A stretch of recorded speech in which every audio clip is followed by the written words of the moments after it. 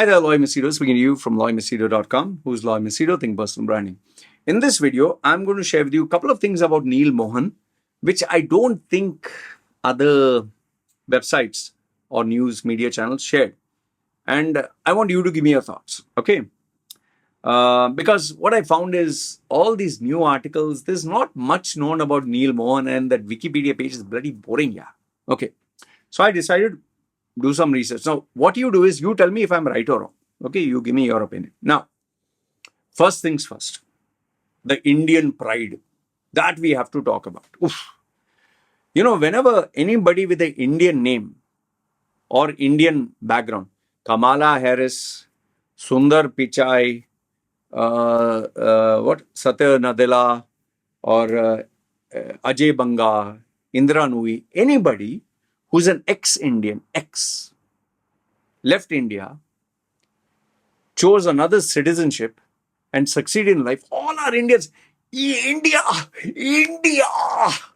They suddenly become so overjoyed. The Indian pride is like, they can't control it. I don't know what it has to do with India. Boss, he left you, he dumped your citizenship. He's taken a new one. Why are you proud? It's like, for example, one man married your sister and then he dumped her and chose a Gora female. Okay, white female. And now he has become a multimillionaire. And you're like, after all, he married my sister. He married my sister. You have to be stupid. Okay, so let's get that out of the way. So there's nothing to be proud about Indian. And he has achieved whatever he has achieved. If that is the case, every Indian who does something bad, you should personally take responsibility for it. Anyway, this video is not about Indian pride and all that. I just thought I'll address this. His achievements are his. Now, my question was, how the hell did this guy, Neal, when they said Neal, I was like, okay, he's taking over. But Neal Mohan, India, oof. And then I remembered, bloody hell, I remember seeing this guy's interview with the MKBHD. MKBHD is a YouTuber. You know, when YouTube Shorts decided to come out to compete with the TikTok, the short form videos, MKBHD had an interview with one Indian guy. I didn't remember his name. It was actually Neal Mohan. And a slightly chubby, fat Indian guy. And he was talking about revenues and wanting to help the YouTube community. And okay, fine. I was like, good. We have an Indian guy who's working in the IT. I didn't know he was at a very powerful position. So when I read the headlines a day ago, YouTube CEO Susan Wojcicki, Susan W. Fine, Wojcicki. Okay, you can correct me. What is the right name? Okay, Susan Wojcicki, okay, is leaving, replaced by Neal Mohan. When they said Mohan, it was like saying Ramu is taking over YouTube. Ramu. I was like, bloody hell, India. You see, even I have a little bit of Indianness in me. Indian is taking over. I was like, I have to read this. But the problem with these articles were they were not actually telling anything new. Okay. And if you read Wikipedia, it's very boring. So I decided, chalo, I will do my own research. And my research led me to an article that was written by Money Control. I'll put the link down below on April 6th, 2013, where Google had actually paid this guy when he was not even senior, when he was mid. They had paid him 100 million US dollars just to stay with Google. Just imagine a guy who's joined for a particular salary, is an employee, and because he gets an offer from another company, they pay him 100 million US dollars, not cash, stock. Please stay with us. Don't go. So I was like, man, he must have done something really amazing. So then I decided, I'll read the article and do some research.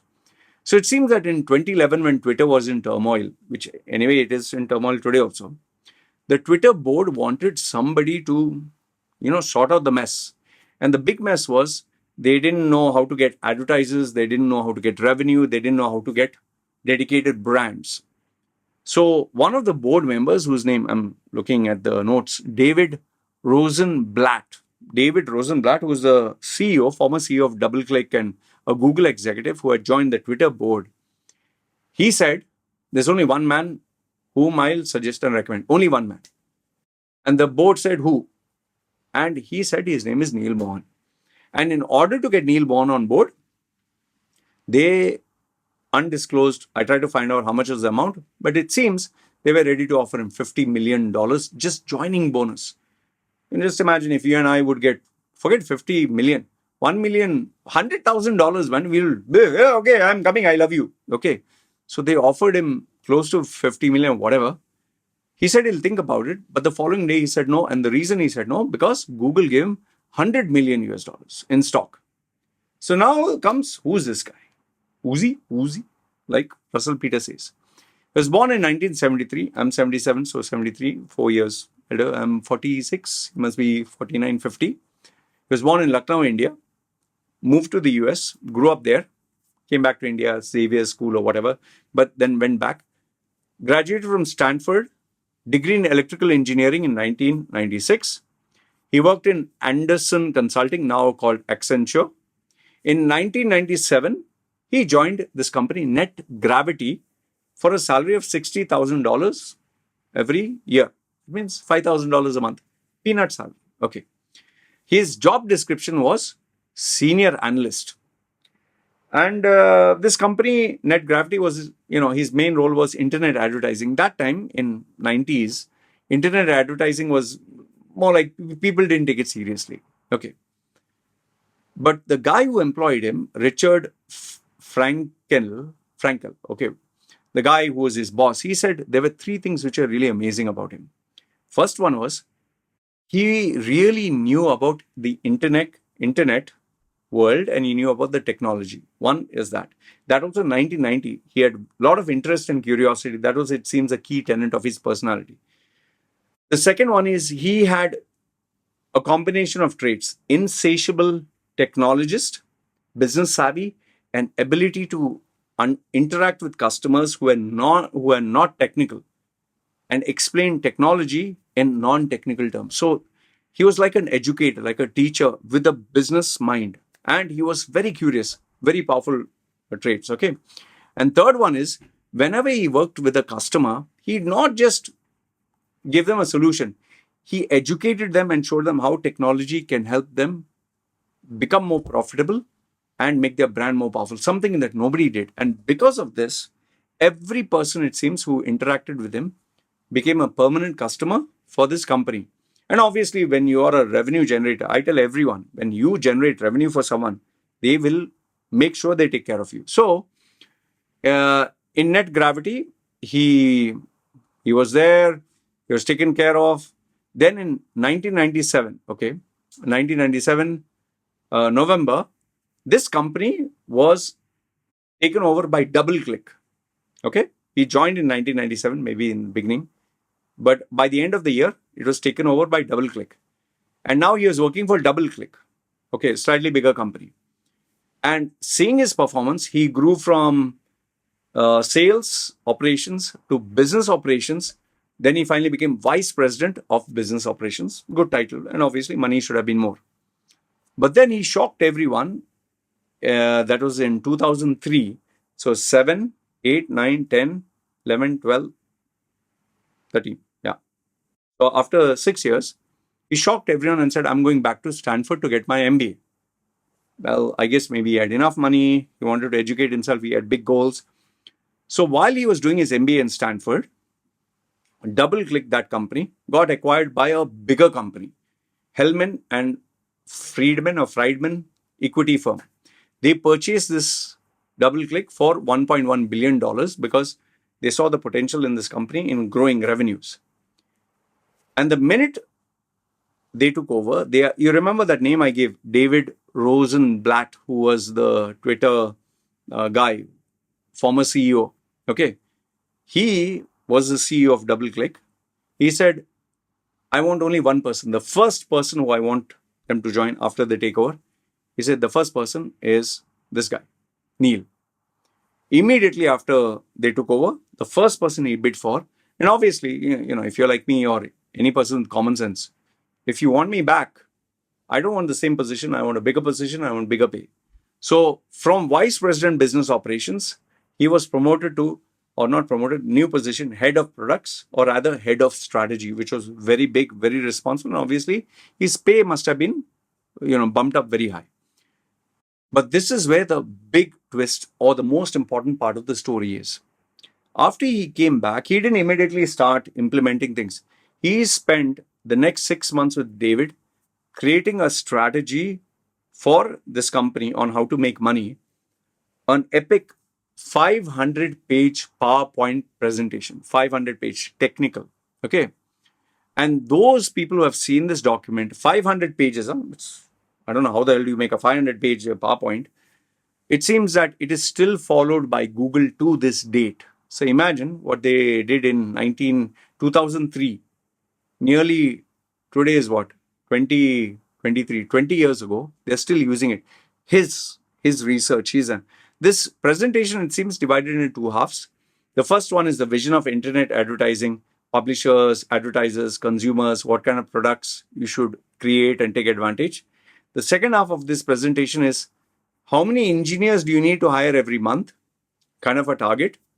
What products you need to have, what vision, very specific, very aggressive revenue goals. So one is defining the vision. Next one is implementing with revenue metrics. It seems this presentation was so mind-boggling. 6 months, they didn't do any other, maybe they did some work, but they focused so much on this that it was automatically approved by the board. And it was so impressive that Google paid $3.1 billion to acquire DoubleClick.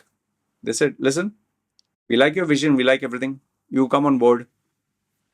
I'll pay you $3.1 billion. $3.1 billion is not small chump change. Okay. So now he is officially now part of Google. Okay. But now here is where, sometimes they say luck comes into play. That time we had Susan Wojcicki. She was born, she's slightly older than both me and Neal. She was born on 5th July 1968. So she must be 50 plus something. Okay.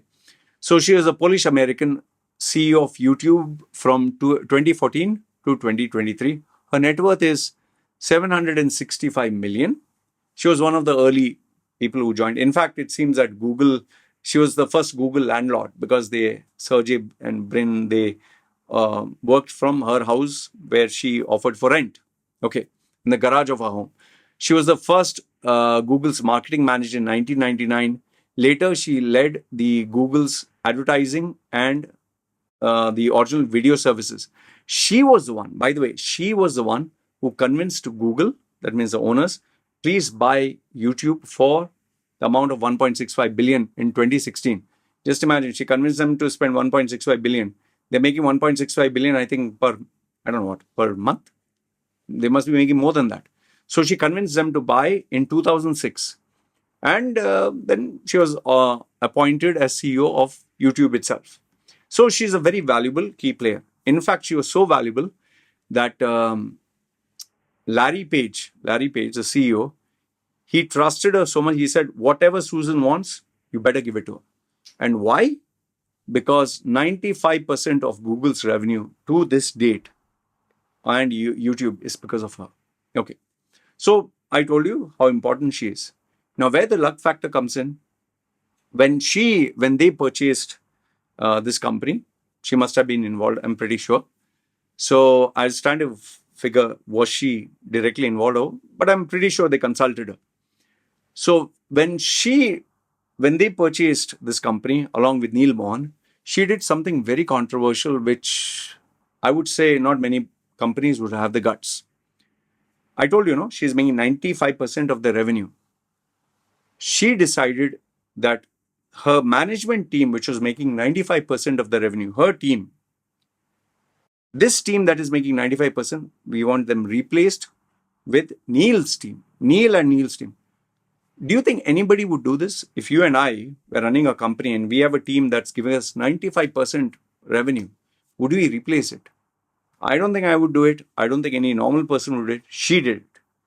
And here's the thing. The person who she replaced was the chief of display product, Gokul Rajaram, another Indian. Susan replaced him and put him on the streets and replaced him on. This guy, Gokul Rajaram, you know what happened? Facebook took him like this, and he made Facebook into a multi-billion-dollar advertising business. So that's another story for another day. So anyway, so she replaced him. So I think it worked out best because Facebook became $1 billion company. Google became, I think, more than $1 billion, $1 trillion, whatever. Okay. So now Mohan delivered what was expected. I don't think any normal person could have done this. You need to have exceptional talent. You need to have exceptional skill. And in order to push beyond 95%, takes an exceptional human being. I don't know what wisdom she had, what faith she had, what gut feeling there she had. It's like Nike.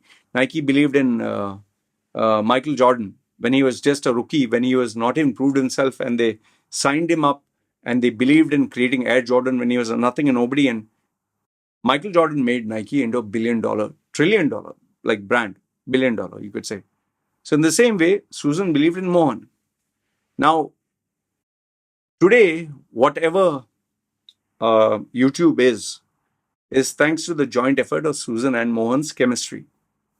And it seemed that he's a nice guy because his colleagues call him, he's not a screamer, he doesn't bang the table, he doesn't waste a lot of times in meetings. If you escalate something to him, he will immediately respond. He gives you a lot of autonomy. He believes in being specific, big, and strategic. You do what you want. He doesn't believe in, micromanaging. He gives 3 months. He makes sure there's a lot of redundancy in the product line. That means any new product that comes, like Apple, when it has an iPhone, it will create a competitor for the old iPhone by making a much better product. So that's one thing which he does. He does not bullshit. Even if our numbers is bad, he'll be the one to say it. I never had to talk to him unless it was important. See, I'm reading all the praises about him, and which is very rare. I mean, if you actually see it that way, Elon Musk, one of the most hated bosses. So this guy is actually loved. He kind of reminds me of Satya Nadella. Even Satya Nadella, I think, because of his son being born with special needs, he became a leader with a lot of empathy. He became a leader who was very understanding and loving. Even Sundar Pichai. In fact, I read in his book, he said when the board of Microsoft approached him and asked him, why should we give you this job? He had another competitor. The other competitor, it seems, when the top job, he said, I will do this, I'll do this for you, I'll do this, all I'll do this for you. But when Satya Nadella was asked, why should I give you this job? He said, why do you want this job? Only if you want to give it to me. He says, I'll accept this job only if you give it to me. If you believe that I can deliver, if you believe that I can make this company better. He never demanded and was not aggressive. He was very understanding. And that really struck my head because anybody else, even me, I think I would have said the same about being aggressive. I'll do this, I'll do that. But Satya Nadella, he showed empathy, which is very rare. I don't know how far it works, but he was being very genuine. And I think it worked as being an incredible leader. So the same thing with Neal Mohan, I think he's more or less the same. And it seems even his clients say that he's a quiet assassin. He's not a big showboater. He listens to his partners. He invests times. He's very understanding. And the best part is, until he became CEO, I think he kept receiving multiple offers from all the big tech companies, obviously, in secrecy. So anyway, this was what I read and researched about Neal Mohan. So what do I think about Neal Mohan? I think YouTube is kind of more or less going in the right hands. Susan, I didn't know much about him other than once or twice when she did give a message here and there. But Neal, it seems, looks more promising. And, for a YouTube content creator like myself, we'd be very glad when we would have someone who kind of supports us and helps us have a better experience. And yes, for the viewers, when they enjoy the product, the service, or, like these videos that we make. So anyway, this is what I wanted to share. And do I think Neal is going to do a fantastic job? Looking at his track record, I would say 100%, I think he's going to do a great job. And I think it'll be as memorable as Satya Nadella or Sundar Pichai. I think he's also going to do an incredible job and leave an amazing, incredible legacy. And yes, our Indians will be very proud about it. Anyway, this is what I wanted to share. Let me know if you enjoyed this kind of research and breakdown. If you did, maybe I'll make more videos. Do comment down below. I love reading your comments and I love reading what you have to say. So, good, bad, ugly, feel free, comment down below. It's me signing off. You guys take care.